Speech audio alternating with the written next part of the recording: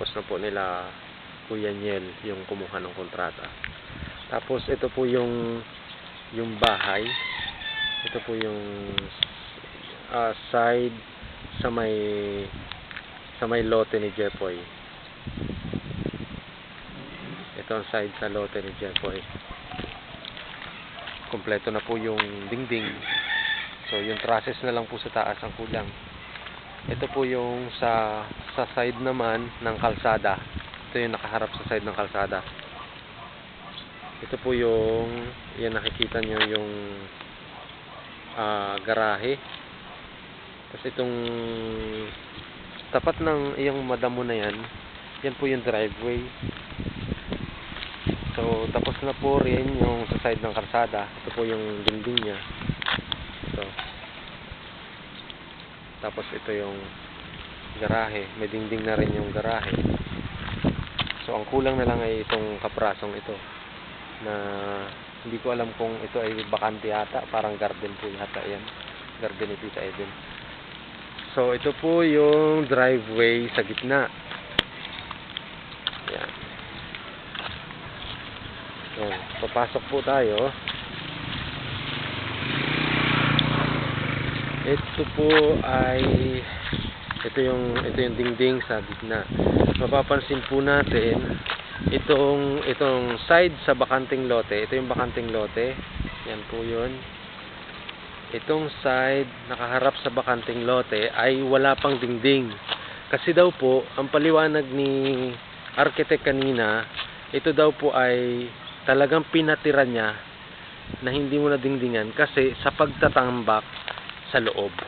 Pag tinambakan sa loob. So kanina yung unang video ko po ay tapos na, wala pa tambak itong loob na to.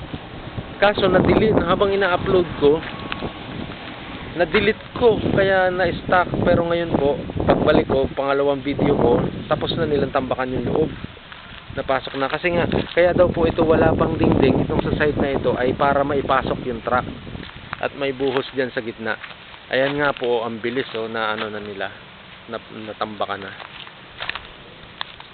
Ayan, ang level po ng flooring ay hanggang doon yan sa block na yan. Yung biga na block na yan. Ganyan po kataas yung flooring. So kanina ito po ay malalim pa pero ngayon ay naitambak na nila.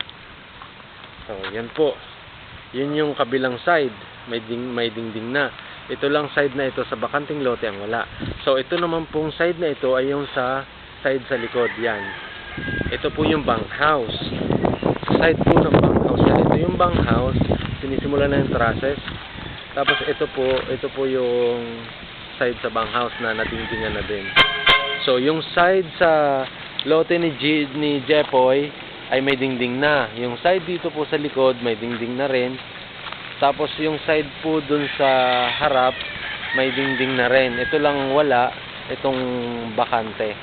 Tapos ito pong driveway, kung ating mapapansin, ito pong driveway ay wala pang tambak pero makikita nyo po na may sinisimulan na nila. Ito po ang tambak na ito ng buhangin.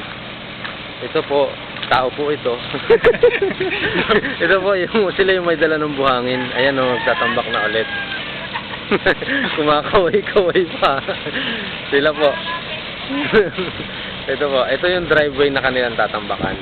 Medyo malalim po ito ang pinagsimula ng kanilang pagtatambak. Ayan po, tubig-tubig pa. Ganyan po kalalim yung kanilang. Hanggang dyan po sa block ang flooring. Ganyan kalalim yung kanilang tinatambakan. So ito lang po at salamat sa panonood.